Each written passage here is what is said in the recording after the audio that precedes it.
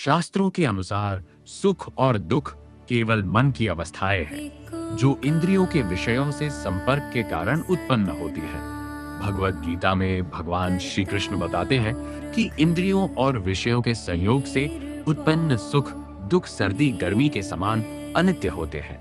वे आते जाते रहते हैं, स्थायी नहीं होते। अतः मनुष्य को उन्हें धैर्यपूर्वक सहन करना सीखना चाहिए। मनुष्य बाहरी वस्तुओं में सुख खोजता है, परंतु उपनिषद स्पष्ट करते हैं कि आनंद का वास्तविक स्रोत हमारे भीतर ही है।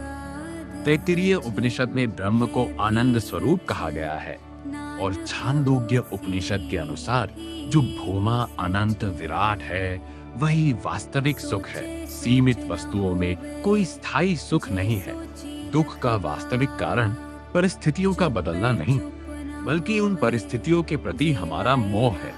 पतंजलि योग सूत्र में बताया गया है कि जब मनुष्य स्वयं को बाहरी वस्तुओं, अहंकार या परिस्थितियों से जोड़ लेता है तो दुख अनिवार्य हो जाता है। श्रीमद् भागवत के अनुसार असंतोष ही दुख का मूल है और संतोष ही परम सुख है। एक ही परिस्थिति किसी को दुख देती है तो किसी को विकास का अवसर। अंतर केवल दृष्टिकोण का है।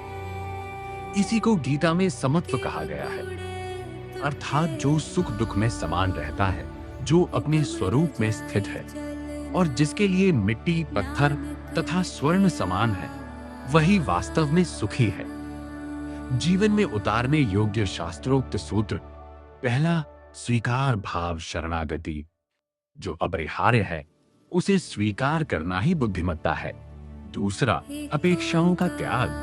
मनुष्य का अधिकार केवल कर्म पर है, फल पर नहीं। जब अपेक्षा नहीं होती तब दुख का जन्म नहीं होता। तीसरा, कृतज्ञता संतोष। संतोष से बढ़कर कोई सुख नहीं है। निष्कर्ष, शास्त्रों का सार यही है, मन ही मनुष्य के बंधन और मोक्ष का कारण है।